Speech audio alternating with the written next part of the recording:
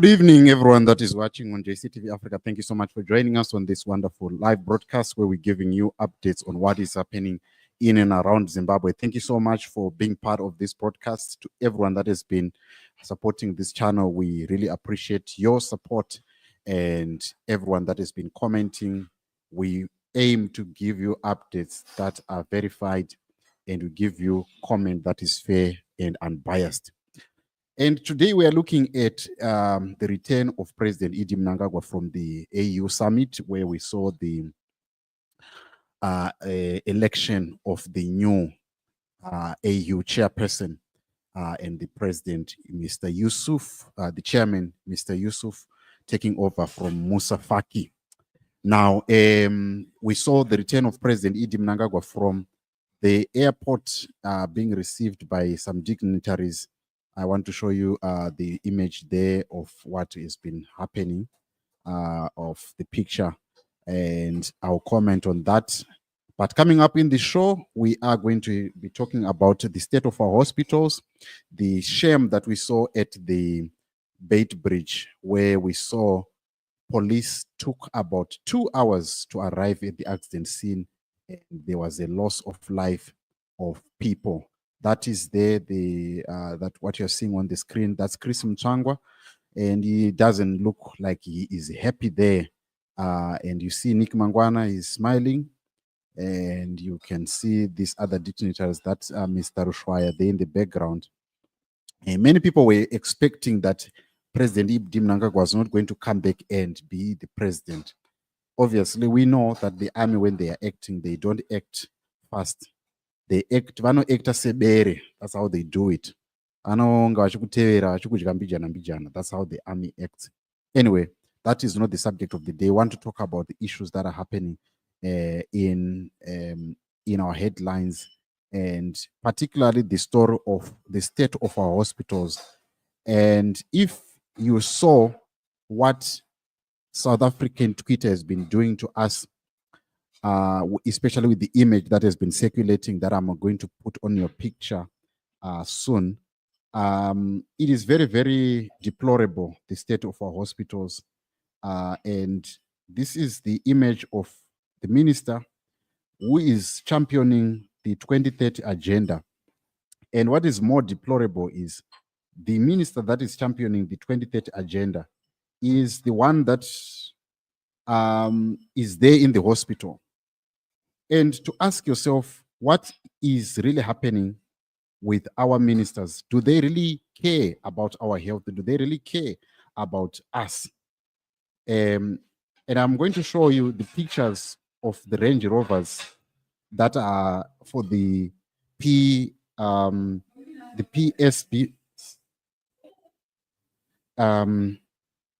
Here's the image that I wanted to show you. Unfortunately, that I have a bit of a challenge with my StreamYard, but I wanted to show you the pictures of what I'm talking about. Very soon, it will be on your screen. But that's what I wanted you to. That's what I want you to be aware of how South African media is shaming us for not prioritizing our health. And this is the image of. I'm going to show you the government spokesperson, Mr. Nick Mangwana, talking about them purchasing the cancer machines in the past, in 2023. That was in November 2023. And they are coming now again, 16 months later, and giving us another lie that they've collected 30 million from sugar tax in this year alone. And from that sugar tax, they are going to buy the cancer machines, right? Just hold on here as I'm going to put this video now for you to see what I'm talking about. Just a second. Bear with me. But as I'm sending this video, to those that have been saying we want to be part of JCTV Africa in order for you to do great broadcasting and covering all these issues, I've put the details or the account details on the description box below. If you're watching this on YouTube, it should be there, and you should be able to see what I'm talking about.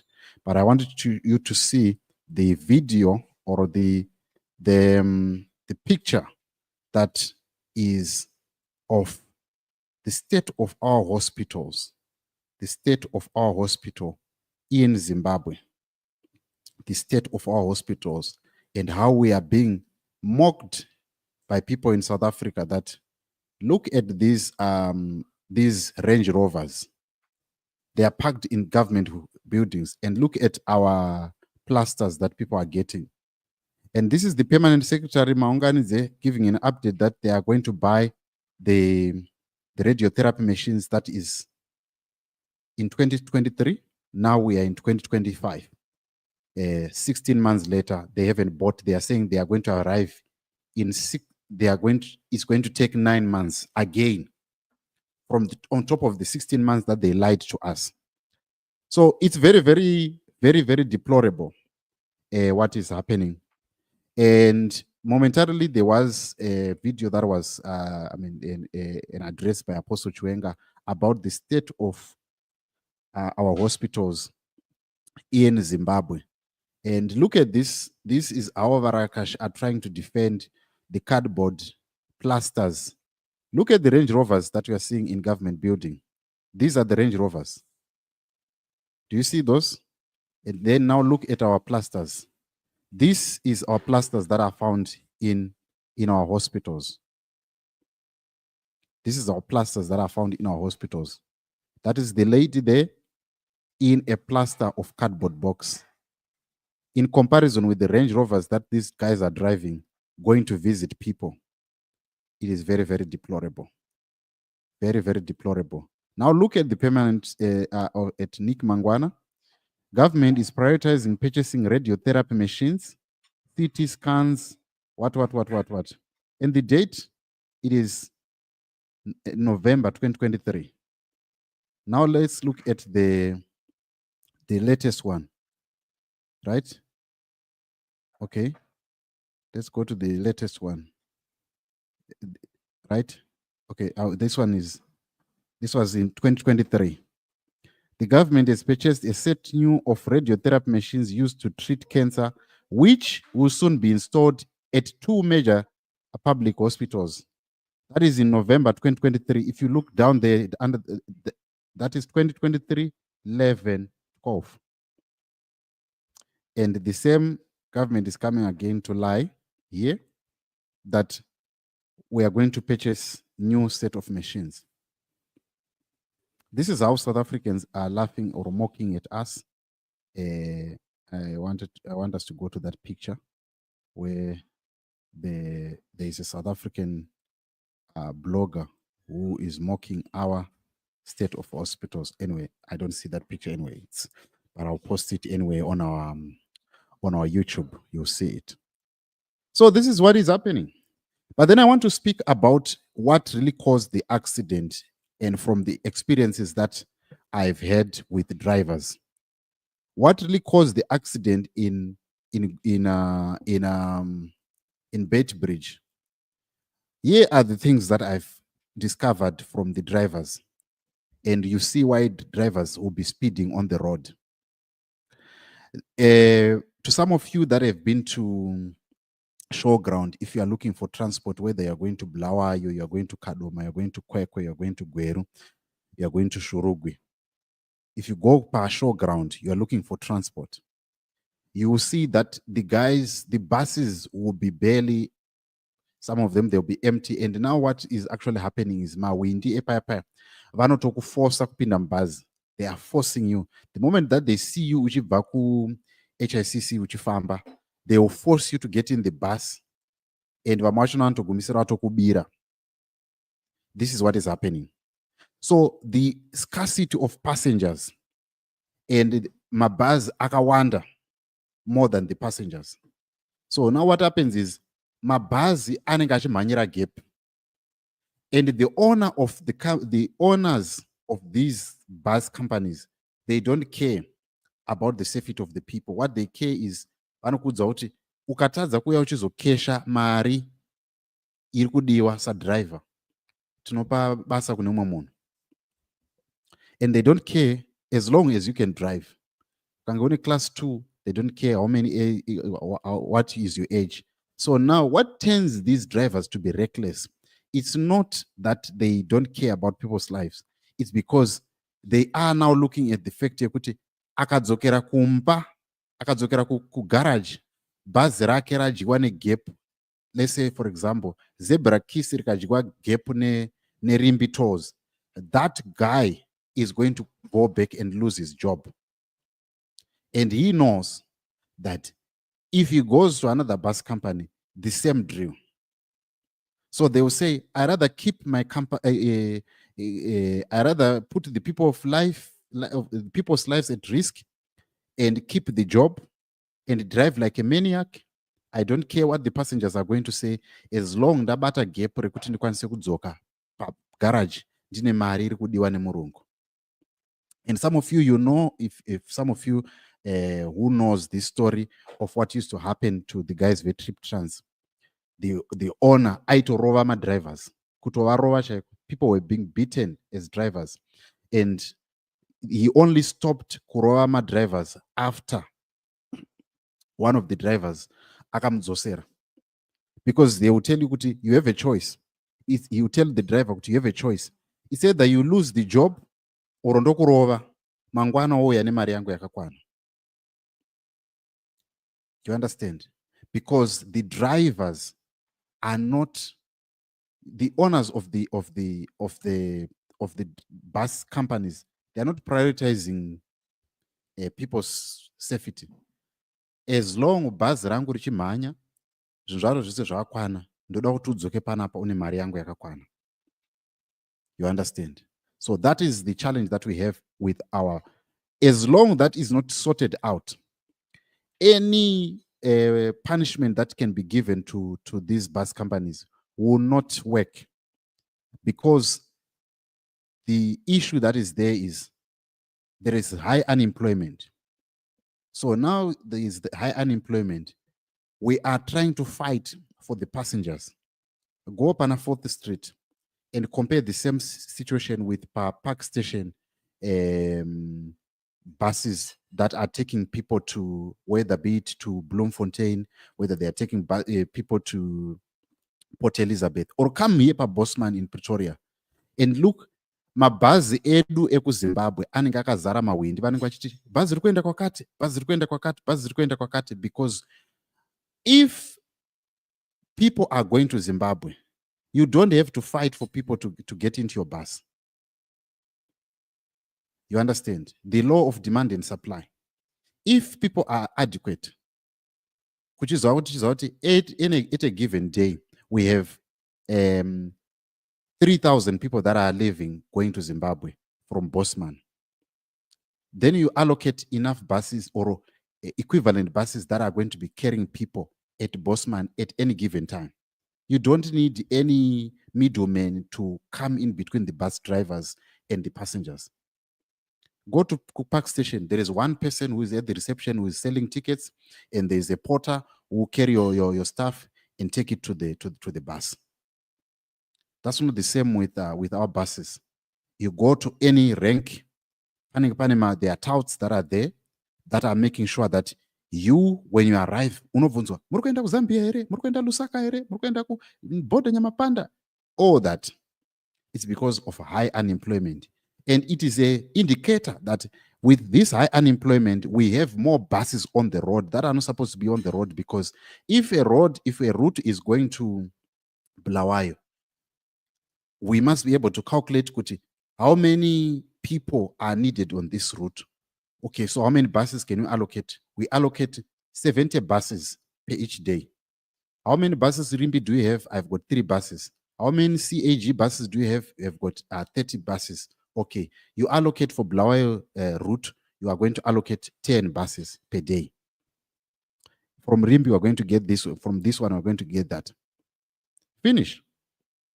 Now, because there is competition for people or of competition for passengers, that's what causes people to speed. and that is what is causing the loss of lives. The drivers will be on a target. And if the drivers are on a target, then you have these kind of problems. So as long as these things are not sorted out, you are going to continue seeing the carnage. The carnage is going to continue. The carnage on the road is going to continue, just like as it is if you go into the combis that are going to town. The chase for the passengers, as long as it is high, you are still going to see people getting killed. The recklessness of combi drivers is going to continue.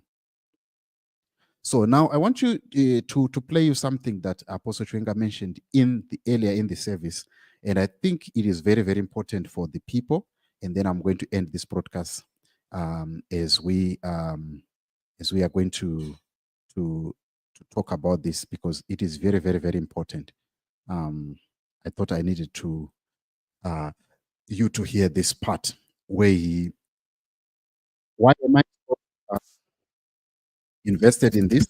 Because we lost a church member into that accident, and we lost a church member in that accident, and I think one person is too many for us to ignore this carnage that is happening on our road. Let's just take a listen to what Apostle Chwenga was saying earlier about this issue. But I'll do a full video very soon, probably tomorrow, on this issue, so that we can understand what I'm talking about.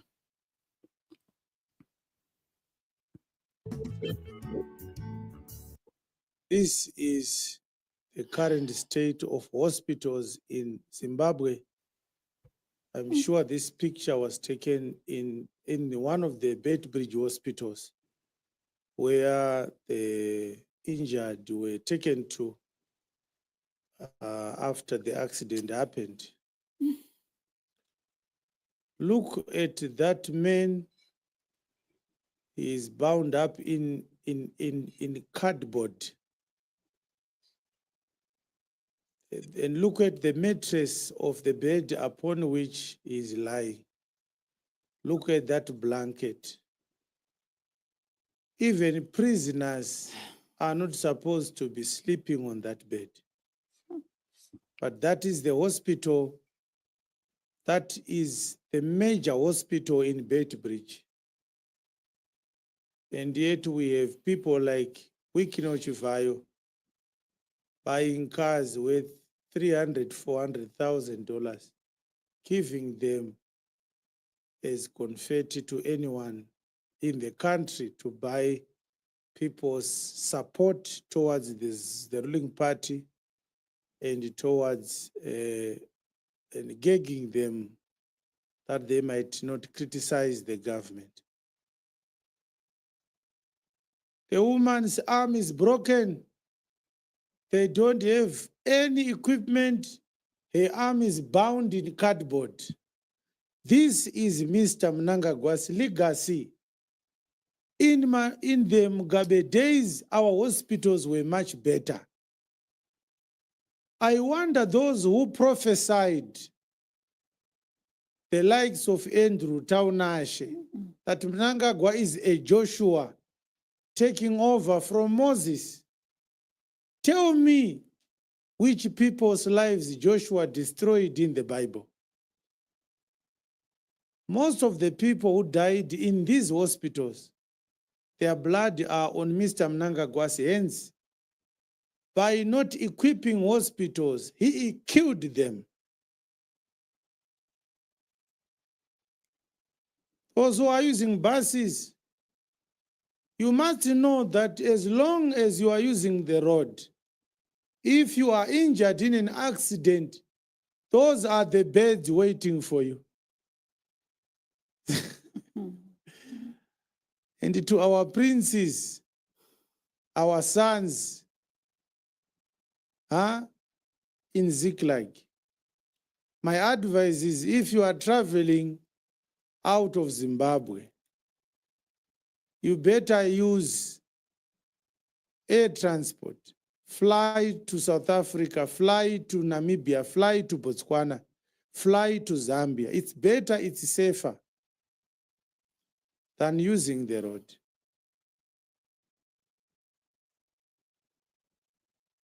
Vana vari kuti amai vaenda kunohodha, amai vasungwa nemakadhibhodhi box aya. Do iri kunzi a blessed government namakandiwa. Mr. President, you are blessed.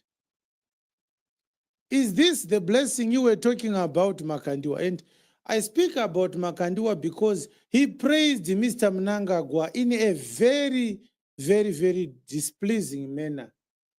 The reality of the state of the nation and the praises he showered on the men are diametrically opposed. And our question is, all these people who are dying on our roads, are there no members of Makandiwa Church dying also in these roads?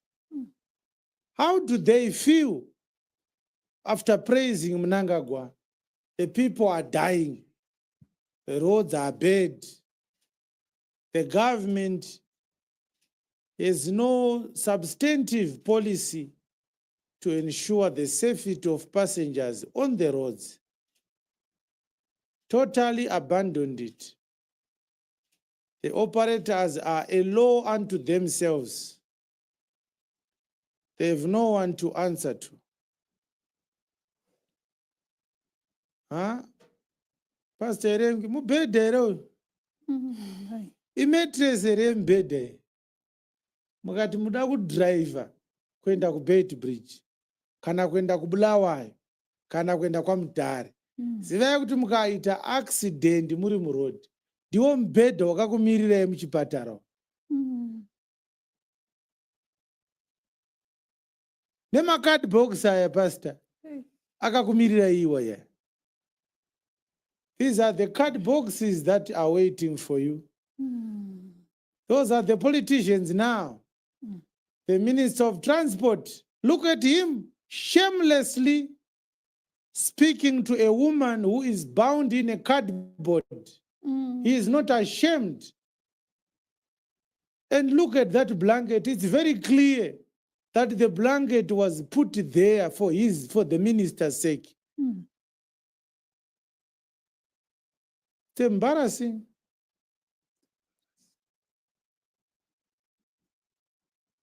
Pastor, zvinoita here kuti munhu ari muchipatara anga aine blanket rakanaka kudaro asi akasungwa necardboard? Zvinoita. The picture before the arrival of the dignitaries. We saw the woman before the minister arrived. Yes. When the minister arrived, that's the same woman. Yes. She's now covered in a blue, beautiful blanket. They do it for their photographs.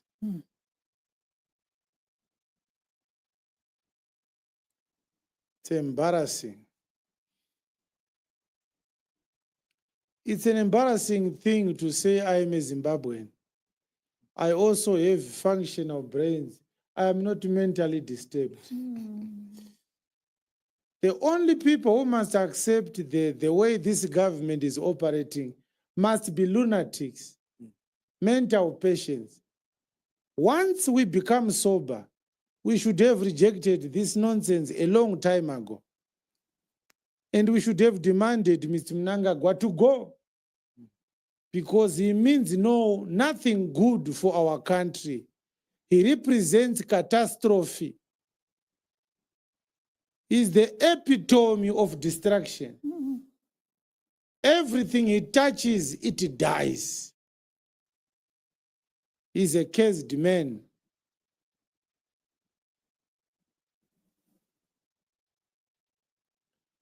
Right now, if we were going to check the car that this minister came driving, selling that car could give us enough money to buy proper blankets. Yes.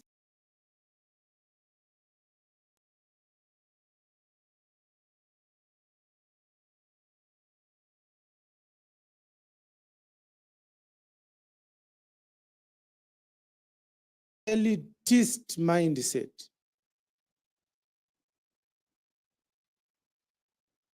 It's very sad. Kuti ufunge kuti vanhu ivava vapuwa morphine ipapapa for pain.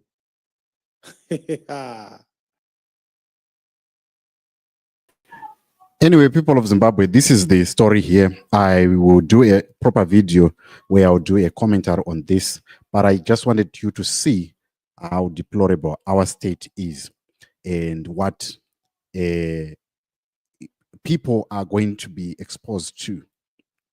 And when people come out and speak like this, munongonzi nyarara and all of that, but when you are faced with this reality in a death situation, that's when you see that when people are talking about this, it should be taken seriously. And every sane Zimbabwean should look at this and say, we cannot have such happening in our hospitals and such happening on the state of our roads. But anyway, that is what it is. We need to continue having these conversations for us to be conscientized of how we need to be fighting, how we need to be talking and having these conversations, because unless people are conscientized about their rights and exercising them, who is going to stand up and say, this is wrong, we cannot do this, this is wrong, we cannot do this? That is the story. Now, as I conclude, as I said in my earlier video, that we need partnership and partnerships so that we can continue having conversations that are deep, not only on the political space. We have conversations that are on the social side. We have the story of Zimbabwe that we need to be telling. There is a lot that we can talk about. So please partner with us. The details are the one that are scrolling under the screen, and they're also on our description box. So please, if you want to be part of that, make sure that you contribute. Whatever you contribute to this cause, it will be very, very useful for us. And also, to add on top of that, if you are part of our partnership and you want to learn how to create content, we have a Telegram group that you can join once you have shown that you have become a partner. And we have got lessons that are there that you come, and it is a closed group, so you can only be added if you are part of. If you are a partner, you can only be added that in that group. So please, if you want to be a partner, you want to learn how to create content, we have a Telegram group that is open to anyone, that is closed. So you only get in into that group once you become a member, so or a partner. That's what a bonus that we can also give you if you don't have anything that one need us to advertise. So please be aware of that as we close. So tomorrow we are going to be talking about the issue, the pressure of Blessed Geza, and everything that needs to be done. We keeping our eye on that story because it is a trending story. And as I said, Geza is not our ultimate solution. We need to be thinking about other ways of how to do it, and making sure that we have proper functioning institutions. That's what Zimbabwe needs. We need institutions that can be held accountable. What is happening in the city of Harare is very, very deplorable, whereby I was checking that the top officials in the city of Harare were earning something like $12,000. And if you look at the salary of President Robert Mugabe in 2015, when he had an interview, he was earning that same amount. And 16 million was spent on workshops in the city of Harare. So what we have, we don't have a problem of ZANU-PF. We have a problem of ZANU-PF, the people. What I mean by that is everyone is now thinking of Inindojga Papi. Like what Nkosana Moyo said, that people are not fighting to be for change. They are fighting to be included in the system. Very, very, very sad. But that it is what it is. Unless we start to think about each other and be cognizant and be considerate about our situation, that we cannot change ourselves, and we cannot find change if we are not going to change ourselves from within. Recently, I was watching a video by one of the legislators saying that we don't have ARVs. People are queuing. And this is what I said a few weeks ago. And I said the withdrawal of US aid is going to open up a floodgate of black market for people to be selling these medicines on the black market. So we must be very, very careful that we don't want to go that route because it's not what we want. But that being said, thank you for being part of this broadcast. We hope that you will also share it, and we want to be having these conversations for us to do independent journalism and journalism that is of this generation of the Gen Z. Thank you so much for watching. I'll see you on the next video. I just want to read your comments. Thank you for being part of that. Pilot Shoko saying Pasinage Gananda to prevent looting money from the country. John Mlambu saying that first aid in hospital. Yeah, imagine those cardboard boxes meant these are first aid. You I remember when I broke my arm when I was in grade 4. The clinic didn't have plasters, so I needed to go to a hospital. So for them to kuti varambe vakakipa ruoko rwangu, this left arm of mine, they had to put cardboard boxes, and it was a cardboard box that they had to put and then put a bandage so that ruoko rwangu rambe straight. That's what it is. This is first aid stuff. But now we are seeing the minister coming there in a hospital, and this is first aid stuff. Very sad. Very, very, very sad. But what can we do? This is what it is. But we want to see improvement. Our government must listen to us. When people speak like this, they must be listened. When the journalists speak like this, they must be listened to.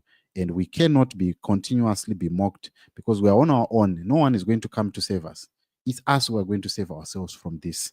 And our government, we implore on you. We don't speak from a place of hate or wanting to be critical of our government. We speak from a place of love to say we can do better. We grew up seeing things very nani. Now we want to see things getting better, and we have all the resources to do that. Thank you so much for checking in and being part of this broadcast. I'll see you on the next video.